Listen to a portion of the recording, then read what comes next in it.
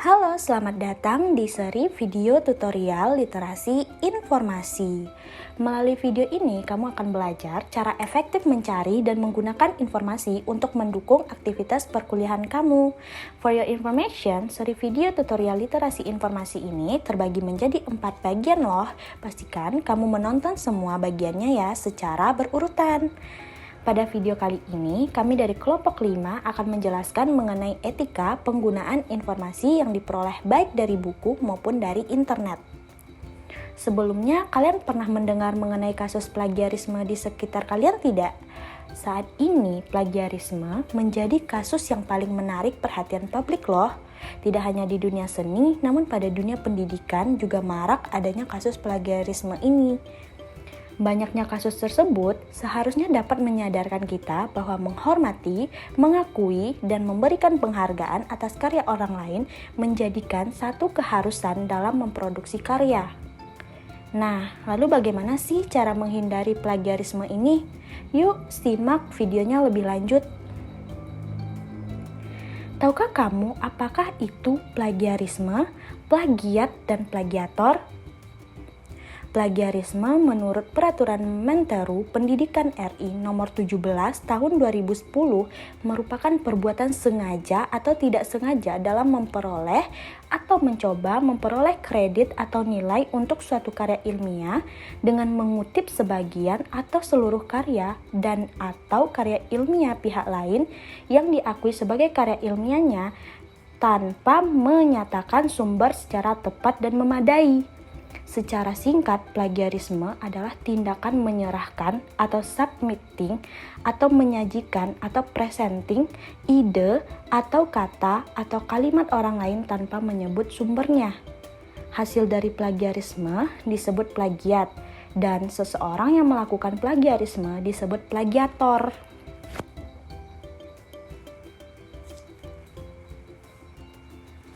Nah, yang menyontek harus dikenakan sanksi, mulai dari peringatan lisan pertama, kedua, dan seterusnya sesuai dengan kebijakan institusi. Lazimnya, setelah peringatan pertama dan kedua diberikan, bila mahasiswa yang bersangkutan tetap diberikan sanksi. Misalnya, nilai untuk mata pelajaran tersebut menjadi E dan dianggap tidak lulus. Mahasiswa mendapatkan sanksi dengan dicabut status mahasiswanya secara permanen, sedangkan alumni mendapatkan sanksi dengan pencabutan ijazah, transkrip nilai, dan SKPI, dan kehilangan hak untuk studi di Undip. Hal yang serupa juga diterapkan bila mahasiswa melakukan plagiarisme.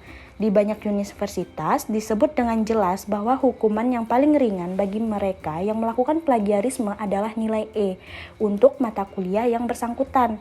Biasanya, sanksi kepada mahasiswa S2 lebih berat ketimbang mahasiswa S1. Sanksi untuk mahasiswa S3 lebih berat ketimbang untuk mahasiswa S2. Dosen yang melakukan plagiarisme akan memperoleh sanksi yang lebih berat. Dan bila asisten profesor, associate profesor, atau profesor melakukan plagiarisme, hukumannya menjadi semakin berat sampai dikeluarkan dari institusi. Hampir semua universitas terkemuka, tindakan plagiarisme memperoleh sanksi yang keras sampai pada pengeluaran pelakunya dari program pendidikan atau fungsi lain di universitas. Tindakan yang lebih keras diberikan kepada mahasiswa, pascasarjana, staf pengajar, dan guru besar. Hal ini telah diatur dalam Peraturan Akademik Bidang Pendidikan Program Sarjana Undip tahun 2020 Pasal 61 Ayat 3. Nah, apa saja sih yang termasuk ke dalam tindakan plagiarisme? Hal-hal tersebut ini termasuk ke dalam ruang lingkup plagiarisme. Yang pertama, mengutip kata-kata atau kalimat orang lain tanpa menggunakan tanda kutip dan tanpa menyebutkan identitas sumbernya. Kedua, gagasan, menggunakan gagasan, pandangan atau teori orang lain tanpa menyebutkan identitas sumbernya. Ketiga, fakta, menggunakan fakta atau data informasi milik orang lain tanpa menyebutkan identitas sumbernya.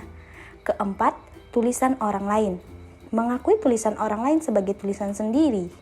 Keenam, parafrase, melakukan parafrase atau mengubah kalimat orang lain ke dalam susunan kalimat sendiri tanpa mengubah idenya, tanpa menyebutkan identitas sumbernya. Dan yang terakhir, publikasi, menyerahkan suatu karya ilmiah yang dihasilkan dan atau telah dipublikasikan oleh pihak lain seolah-olah sebagai karya sendiri. Nah, sekarang udah tahu kan apa saja yang termasuk ke dalam ruang lingkup plagiarisme? Kalau sudah, yuk selanjutnya kita melakukan pembahasan mengenal tipe-tipe plagiarisme. Menurut Sulistyo Basuki pada tahun 2011, tipe-tipe plagiarisme diantaranya adalah tipe 1, plagiarisme kata demi kata, word for word plagiarism. Adalah seorang penulis menggunakan kata-kata dari penulis lain persis tanpa ada parafrase dan tidak menyebutkan sumber aslinya. Tipe 2, plagiarisme atau sumber, plagiarism of source, adalah penulis menggunakan gagasan orang lain tanpa menyebutkan sumbernya secara jelas. Tipe 3, plagiarisme kepengarangan, plagiarism of authorship, adalah penulis mengakui karya orang lain sebagai karyanya. Tipe 4, self-plagiarism, adalah penulis menggunakan karyanya untuk digunakan pada staf lain dan juga mendaur ulang karya tersebut. Jadi, beberapa kasus besar yang telah disebutkan sebelumnya menunjukkan bahwa plagiarisme menjadi urgensi dalam dunia pendidikan. Oleh sebab itu, kita sebagai mahasiswa harus menghindari tindakan plagiat ya. Nah, ada beberapa cara nih yang bisa kalian lakukan untuk menghindari tindakan plagiarisme loh. Seperti anjuran Permendiknas nomor 17 tahun 2010 pasal 7, ada beberapa hal yang perlu dilakukan pihak perguruan tinggi untuk menanggulangi adanya kegiatan plagiarisme, yaitu seperti melampiri surat pernyataan pada karya mahasiswa, baik itu skripsi, tesis, dan disertasi, yang menyatakan bahwa karya ilmiah tersebut tidak mengandung unsur plagiat. Kemudian, pimpinan perguruan tinggi berkewajiban mengunggah semua karya ilmiah yang dihasilkan di lingkungan perguruan tingginya pada portal yang diterapkan oleh Direktorat Pendidikan Tinggi. Dan yang terakhir yaitu mengadakan sosialisasi terkait dengan Undang-Undang Hak Cipta nomor 19 tahun 2002, Permendiknas nomor 17 tahun 2010, Perak Undip pasal 61 ayat 3 dan pasal 62 ayat 2 kepada seluruh masyarakat akademis. Selanjutnya, langkah menghindari plagiarisme menurut Writing Made Edu. Yang pertama, pengutipan. Menggunakan dua tanda kutip jika mengambil langsung suatu kalimat dengan menyebutkan sumbernya. Pengutipan harus memperhatikan sedikit banyaknya kalimat yang dikutip. Yang kedua adalah parafrase. Tindakan mengungkapkan ide atau gagasan orang lain dengan menggunakan kata sendiri, tanpa mengubah maksud atau makna ide atau gagasan dengan tetap menyebutkan sumbernya.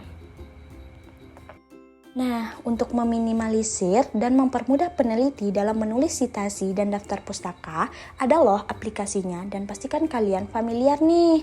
Yes, betul banget, apalagi kalau bukan Mendeley. Mendeley merupakan software yang dikembangkan oleh Elsevier untuk membantu mengelola atau memanajemen referensi yang dimiliki oleh peneliti agar lebih mudah dilakukan citasi, mengelola daftar pustaka, dan juga pengunduhan gratis melalui websitenya.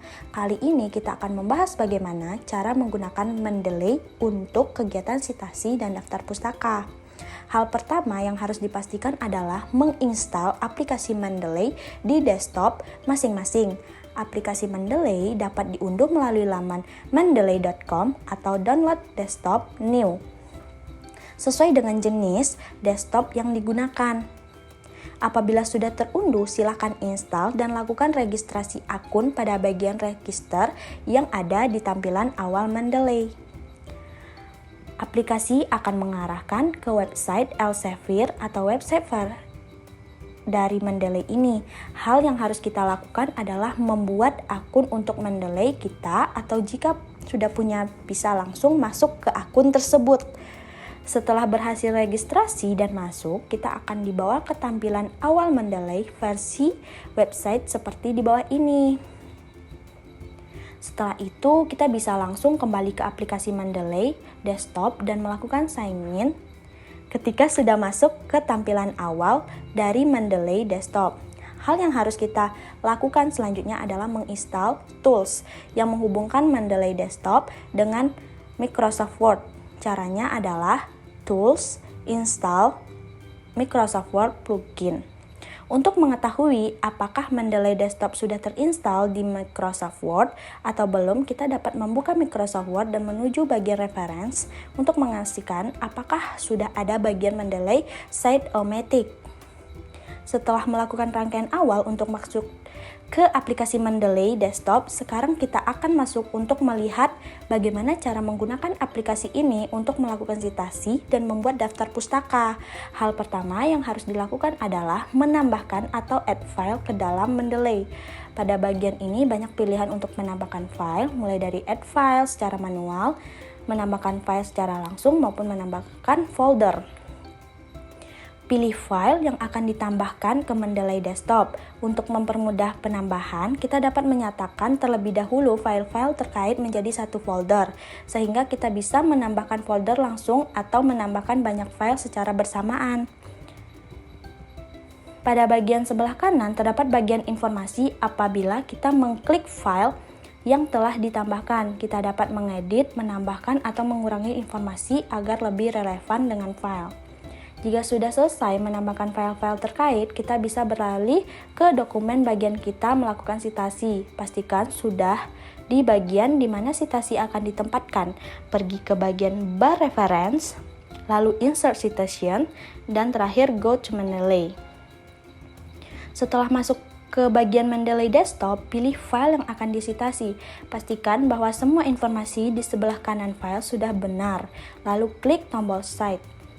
Ketika sudah selesai, citasi akan muncul di bagian ingin dibuat citasi. Untuk mengganti jenis citasi, kita dapat memilih jenis citasi yang ada di bagian Mendeley Site-O-Matic.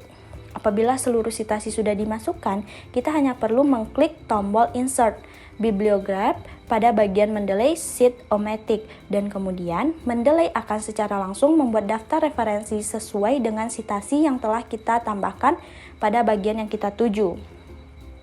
Yeay, selesai. Segitu dulu ya teman-teman penjelasan mengenai penggunaan Mendeley Desktop yang bisa kami jelaskan pada video kali ini. Kalau misalnya video ini berguna, ada kurang atau kesalahan, silahkan kasih tahu di bagian komentar ya. Dadah, and wassalamualaikum warahmatullahi wabarakatuh. See you!